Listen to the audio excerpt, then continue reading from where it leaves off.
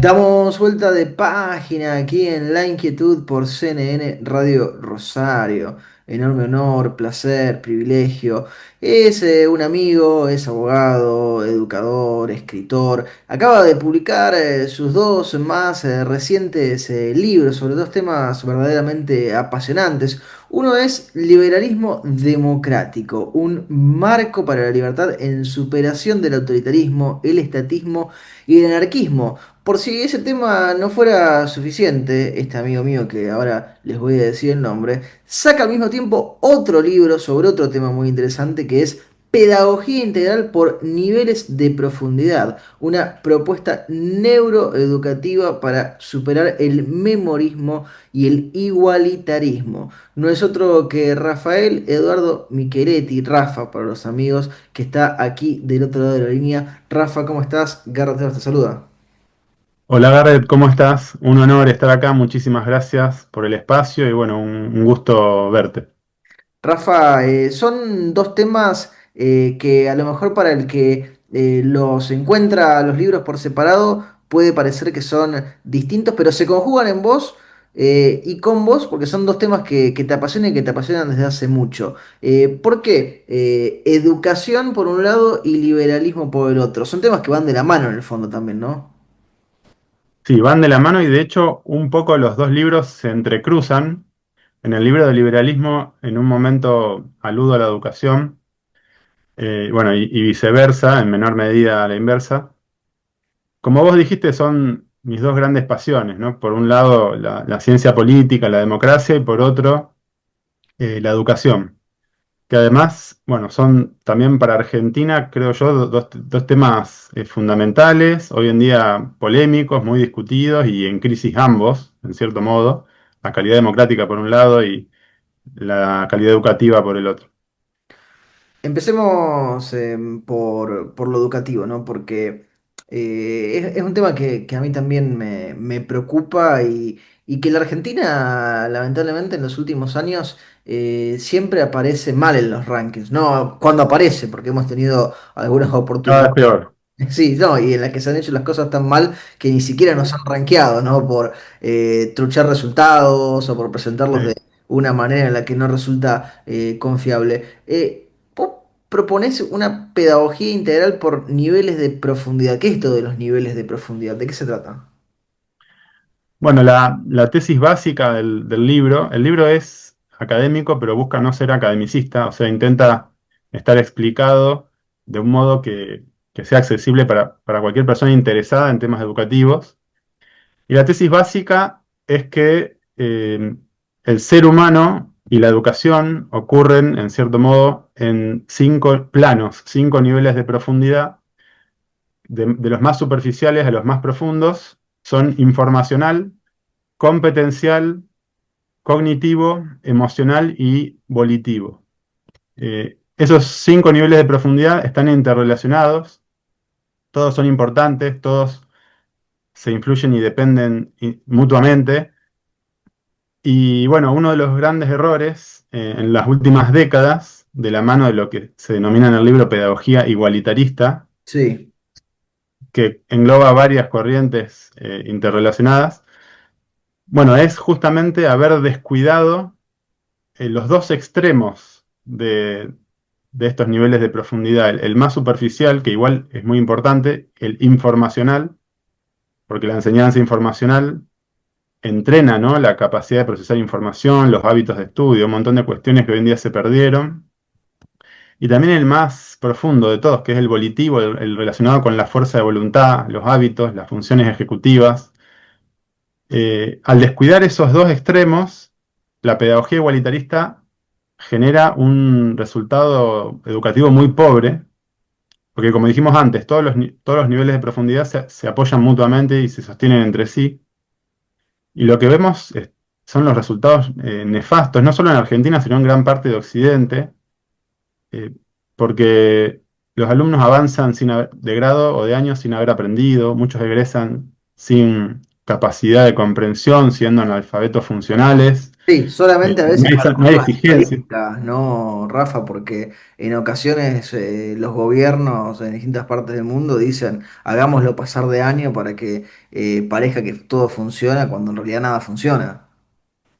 Sí, tal cual. Justamente en una parte del libro se analiza el arte de la sana exigencia, ¿no? Cómo medir la exigencia, hasta dónde, cómo lograr un equilibrio y todas las resistencias que tiene la exigencia, resistencias emocionales, personales, familiares, políticas. Los políticos muchas veces para mejorar las estadísticas educativas presionan para que pasen de grado, para que se reciban y después no les importa si después no tienen las competencias básicas, si no pueden conseguir trabajo, si no pueden cumplir un horario en el trabajo, sostener una mínima disciplina. Bueno, y obviamente sin exigencia, con el facilismo, se le hace un daño enorme porque lo condenás de por vida. El cerebro pierde plasticidad con el tiempo y cada vez es más difícil modificarlo. Haces una crítica al memorismo, ¿no? Que en la que yo coincido, además, vos y yo, los dos pasamos por una carrera en la que todavía se sigue enseñando a nivel universitario y se sigue forzando a la gente a aprenderse cosas de memoria, como lo es abogacía, como lo es derecho. ¿Cuál es la opción frente a esta manera de enseñar en la que nos han forzado a prácticamente todos a aprendernos datos de memoria, fechas, definiciones y demás, muchas de ellas que después a lo mejor no tienen, o la gran mayoría no tienen utilidad práctica? Bueno, la memoria no está mal. Entrenar la memoria está bien. Incluso aunque vos te olvides lo que te enseñaron, estás entrenando la memoria y te va a servir en el futuro. El problema del memorismo es cuando se queda solamente en eso. El plano informacional, que es el más superficial, tiene dos aspectos, la memoria y la comprensión.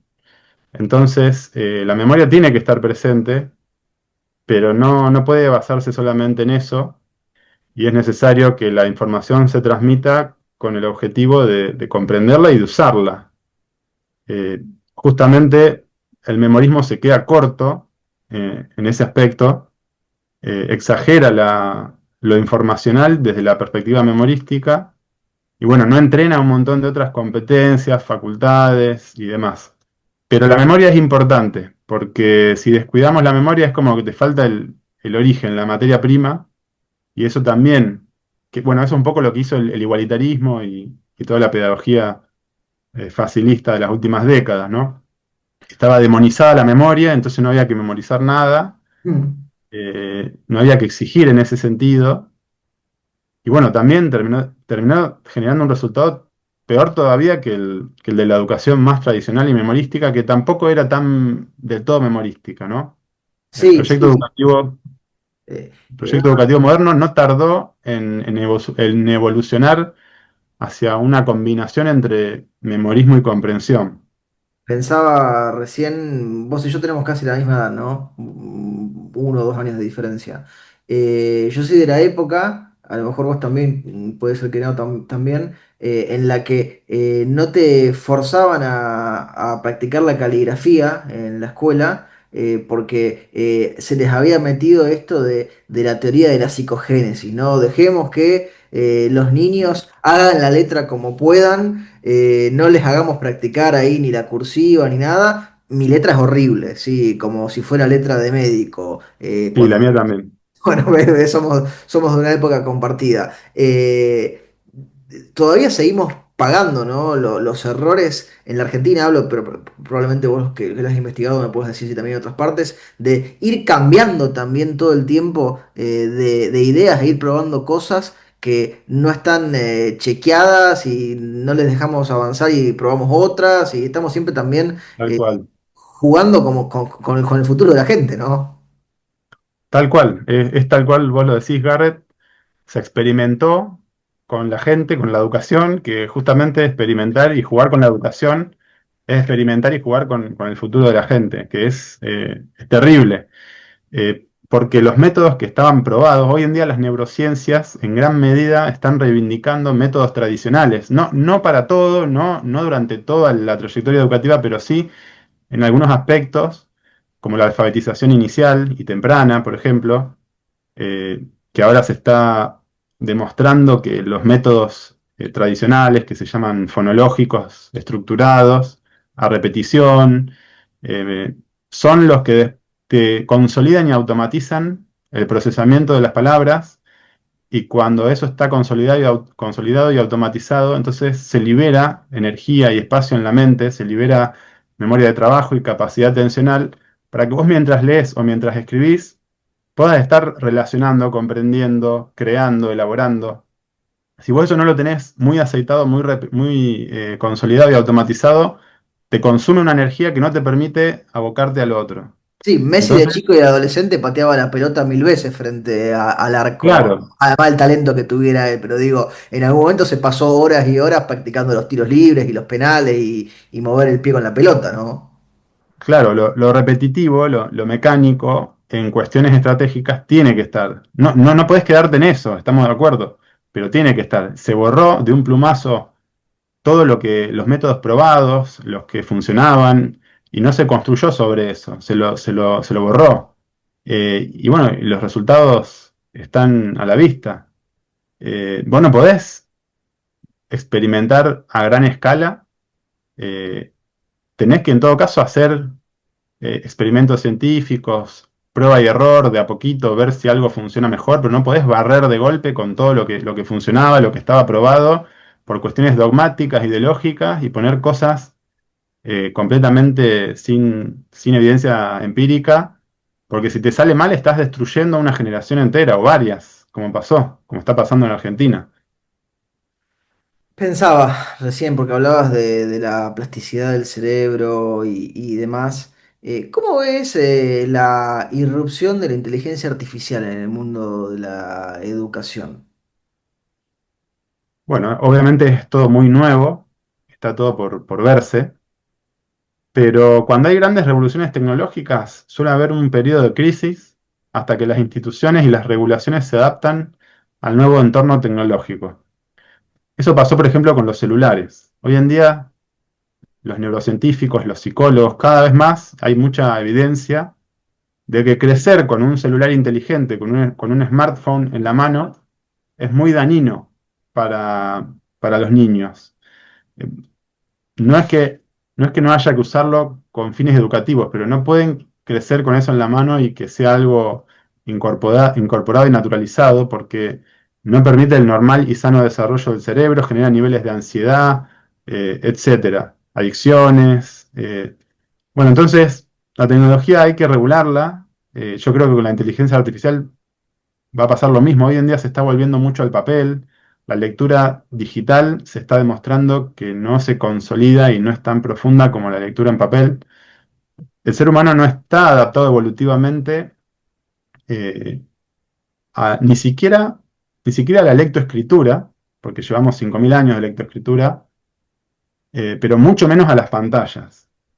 Entonces yo creo que hay que regularlo y de a poquito ir probándolo e insertándolo para lo que se demuestre que es útil y no dañino. Por ejemplo, la inteligencia artificial le puede ahorrar mucho tiempo al docente y eso le va a permitir al docente dedicarle más tiempo a lo más valioso, que es el seguimiento, la evaluación, una educación más personalizada, más cercana, abocarse a los que tienen más dificultad, que el que tiene más facilidad y ya demostró un nivel de desempeño aceptable pueda seguir entrenándose un poco o consolidando con la inteligencia artificial y el docente estar más abocado al que tiene dificultad.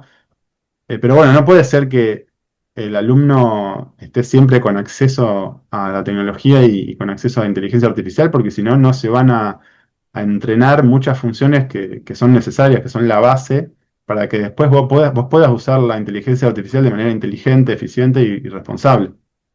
Tenés en el libro, Rafa, un diagnóstico, ¿no? De lo que pasa. ¿Qué se hace? ¿Qué tenemos que hacer para que la educación mejore y para que la educación mejore en la Argentina, además, ¿no? Bueno, volver a los métodos comprobados científicamente, en gran parte volver a los métodos tradicionales e ir innovando de manera prudente, con evidencia empírica, y si vemos que eso no funciona, volver atrás, pero la base tienen que ser los métodos tradicionales probados y de a poco ir diversificando la enseñanza, adaptándola obviamente a la demanda laboral de estos tiempos y del futuro. y contemplar justamente los 5 niveles de profundidad, ¿no? Que todos son importantes. Lo informacional, con memoria y comprensión, lo competencial, o sea, que la escuela enseñe competencias necesarias para la salida laboral actual, lo cognitivo, que es el entrenamiento de las inteligencias, eh, que eso también es muy importante y es algo muy, muy profundo, muy lento y a largo plazo, pero se tiene que empezar a hacer desde edades bajas, donde el cerebro es más plástico. Y lo emocional y lo volitivo, que tiene que ver también con lo espiritual. eh, que haya un equilibrio y que todos los niveles de profundidad sean contemplados. Y la verdad es que estamos en una situación de tanta caída en los indicadores y el desempeño educativo que no se va a poder hacer de un día para el otro y hay que arrancar de abajo, desde las edades más bajas, desde los primeros años de escolaridad, para que esto de a poco vaya renovándose y cambiando. Yo sé que es difícil porque en la Argentina la educación privada, realmente privada, no existe, es de gestión privada, pero vos dirigís desde hace varios años una prestigiosa institución. ¿Qué vas pudiendo poner en práctica de todo esto que planteas en el libro en la institución que dirigís, Rafa? ¿Qué vas pudiendo hacer para que desde el granito de arena que uno aporta las cosas funcionen mejor? Bueno, obviamente somos todo un equipo y bueno, muchas cosas se pueden poner en práctica y se han puesto en práctica. El sistema educativo argentino es bastante centralizado, no le da mucha autonomía a las escuelas, entonces ahí tenés una traba. Sí, toda la responsabilidad y todo el dinero Sí, para la entidad propietaria que lo tiene que poner, pero luego todas las reglas por parte del Ministerio y del Estado, ¿no? sí, así y todo hay muchas cosas que se han podido hacer y hay muchas más que se pueden seguir haciendo. Eh, la verdad es que hay mucho, a nivel país en general, digo, ¿eh? Hay mucho que se puede hacer sin gastar un solo peso. Eso es lo que a uno más lo desespera, ¿no? Porque obviamente somos un país pobre, en crisis, no va a sobrar el dinero en educación, por lo menos por varias décadas. Hay que invertir en educación, hay que pagarle más a los docentes, que sea más atractiva la carrera docente, pero al mismo tiempo tenemos que generar desarrollo económico, porque si no generamos desarrollo económico, los recursos siempre van a ser escasos. Pero hay mucho que se puede hacer sin gastar un solo centavo. Por ejemplo, devolverle autoridad al docente dentro del aula, que el aula pueda estar ordenada, que se pueda escuchar en silencio, que se acostumbren y habitúen los alumnos a prestar atención, al respeto, a los hábitos, volver a la sana exigencia, que nadie pase de años sin haber aprendido, que restaurar el sistema de incentivos, generar hábitos de estudio, entrenar las funciones ejecutivas. Bueno, hay un montón de cosas. Diversificar la currícula en el sentido de tratar de abarcar diversas competencias, los distintos niveles de profundidad, las distintas inteligencias. Hay mucho que se puede hacer sin gastar dinero. Me gustó eso.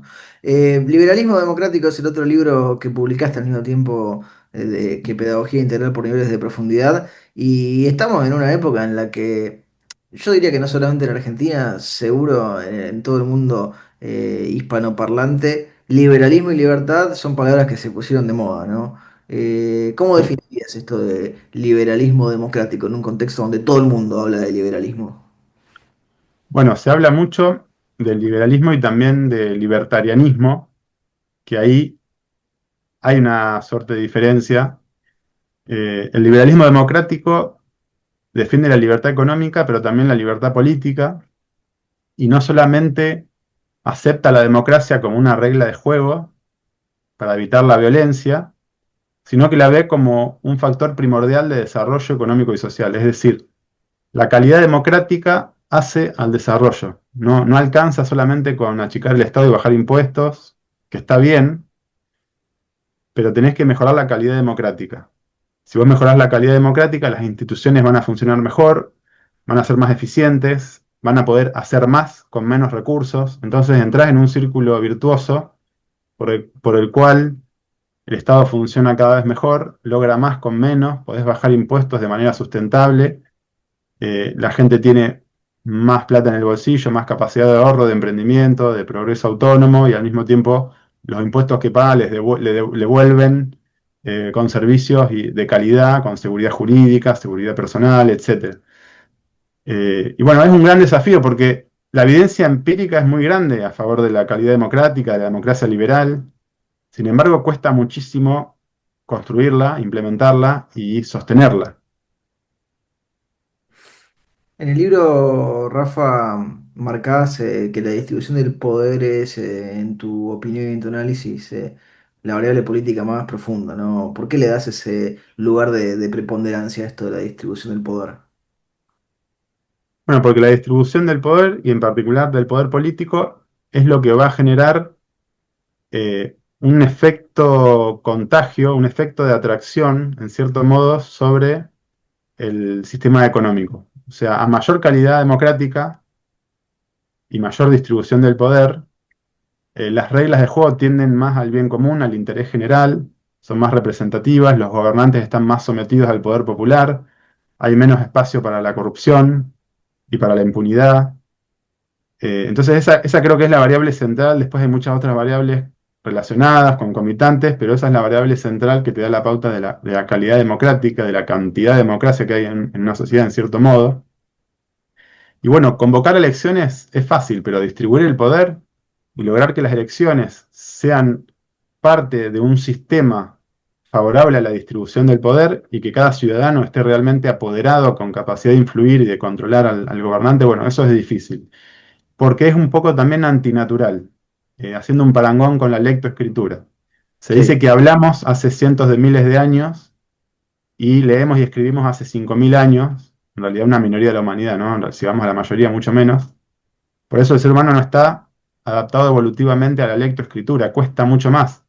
El niño aprende a hablar absorbiéndolo del entorno, nadie le tiene que enseñar, porque tiene en el cerebro un sector preparado para eso. En cambio, la lectoescritura es distinta. El cerebro tiene que transformar y readaptar un sector dedicado a reconocer rostros y objetos, reconvertirlo para que pueda reconocer letras y palabras y significados. Entonces,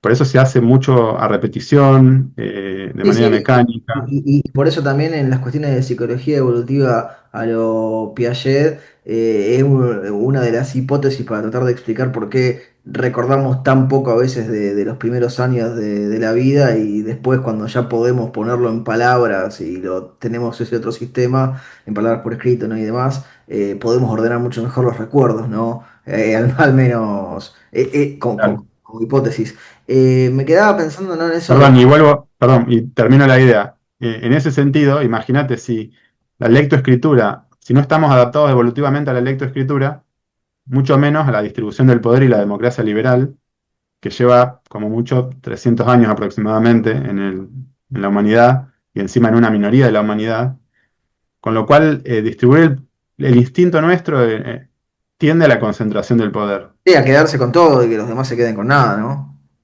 Sí, y también a someterse a un líder fuerte que te proteja. Entonces, la distribución del poder es difícil y hay que sostenerla con mucha cultura democrática, mucho compromiso cívico, mucho sacrificio ciudadano. Y bueno, no es fácil sostener eso.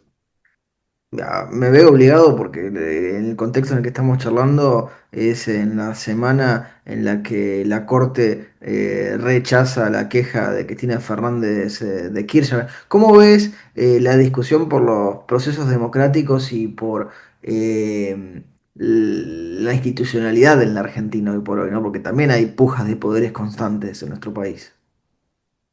Sí, yo creo que en las últimas décadas la institucionalidad democrática resistió. No, no tenemos mucha calidad democrática, pero hay una base que resistió y no es menor. Resistió el embate de un proceso populista autoritario como el kirchnerismo de izquierda, y eso fue un gran avance. La Constitución del 94 también en algunas cosas empeoró la calidad democrática, pero en otras la mejoró. Entre ellas, se exige 2/3 del Senado para aprobar a los miembros de la Corte Suprema. Eso genera un órgano de última instancia que tiene serias garantías de independencia, porque se eligen y se remueven los miembros de la Corte Suprema por amplio consenso. Bueno, Milei hace poco trató de saltearse ese paso que me parece de una gravedad institucional enorme, por suerte no lo logró. Macri ya había amagado con eso, eh, pero bueno, creo que hay ciertas institucionales que están resistiendo y bueno, ahora se abre el interrogante de si Milei, si la libertad avanza, va a favorecer tanto la libertad económica como la política, si va a rechazar el populismo autoritario, la tentación populista, y va a apostar por la calidad democrática, o si por el contrario van a intentar quedarse con todo el poder y van a generar un populismo de derecha que hay que ver si las instituciones democráticas argentinas lo resisten o no, en caso de que se suceda. Te llevo, Estamos en un momento de mucha incertidumbre y de mucha disyuntiva. te llevo un segundo a Estados Unidos, Rafa, porque sé Sí, que lo has estudiado a este autor. ¿Qué piensas que diría Alexis de Tocqueville si viera Estados Unidos hoy? uf, qué pregunta difícil. Imposible saberlo porque creo que Tocqueville fue el genio político más grande de la ciencia política, por lo menos moderna, seguro. Yo Eh, sabía que a vos te gusta y que lo has leído mucho. bueno, él en cierto modo se anticipó a muchos eventos históricos, fue un gran adivinador, lo cual habla de la profundidad de su análisis, y él se anticipó un poco al fenómeno del populismo y dijo que era un peligro latente para la democracia. Y bueno, un poco, no sé si él se imaginó que iba a esta altura de la historia en Estados Unidos, iba a haber un ascenso del populismo, pero bueno, en cierto modo alertó sobre eso. Y bueno, Trump es claramente un líder populista, cumple con todos los requisitos, con el molde perfecto del líder populista. Después lo que resta ver es en qué medida él logra avanzar sobre las instituciones democráticas de Estados Unidos y en qué medida esas instituciones lo frenan, que bueno, es la esperanza de todos los que creemos en la democracia liberal y vemos que el mundo está mejor cuantos más países son democracias liberales y mucho más un país tan poderoso como Estados Unidos. Trump, bueno, el 6 de enero de 2021 fue la tristemente célebre toma del Capitolio. eh, ha tenido muchas actitudes de intolerancia y de agresividad hacia la prensa, incluso ha afirmado que él, según su interpretación de la Constitución, tiene derecho a indultarse a sí mismo, o sea que se coloca por encima de la ley. No ha reconocido derrotas electorales, deslegitimando y poniendo en jaque la democracia. Eh, es un líder populista autoritario, claramente, y si no avanzó más en el autoritarismo fue porque las instituciones de Estados Unidos lo frenaron. Pero bueno, cuanto más se golpean esas instituciones, cuanto más tiempo pasa el líder populista en el poder, eh, más probabilidad de que esas instituciones empiecen a ceder. Así que bueno, es un fenómeno preocupante en cierto modo. Estuviste hace pocas semanas en la Feria del Libro. Es la pregunta obligada, Rafa, porque estuvimos hablando de tus dos más recientes libros, que son Liberalismo Democrático y Pedagogía Integral por Niveles de Profundidad. Si los oyentes quieren leerlos, quieren comprarlos, los buscan en internet, van a la librería, ¿dónde se meten? Entiendo que son de dos editoriales distintas, ¿verdad, Rafa? Sí, son de dos editoriales distintas, ambos están en Mercado Libre, pueden poner el título del libro o mi nombre y apellido, Rafael Micheletti, en Mercado Libre, les van a aparecer.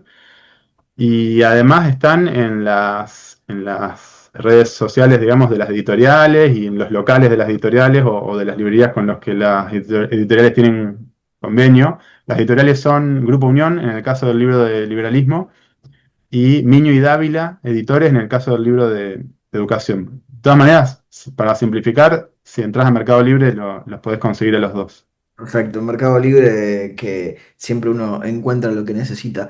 Rafa, querido, te agradezco mucho el tiempo que te has tomado para charlar conmigo y con mi audiencia y te mando un fuerte, fuerte abrazo. Por favor, Garrett, el agradecido soy yo. Muchísimas gracias. Un honor estar con vos en tu programa y bueno, un abrazo.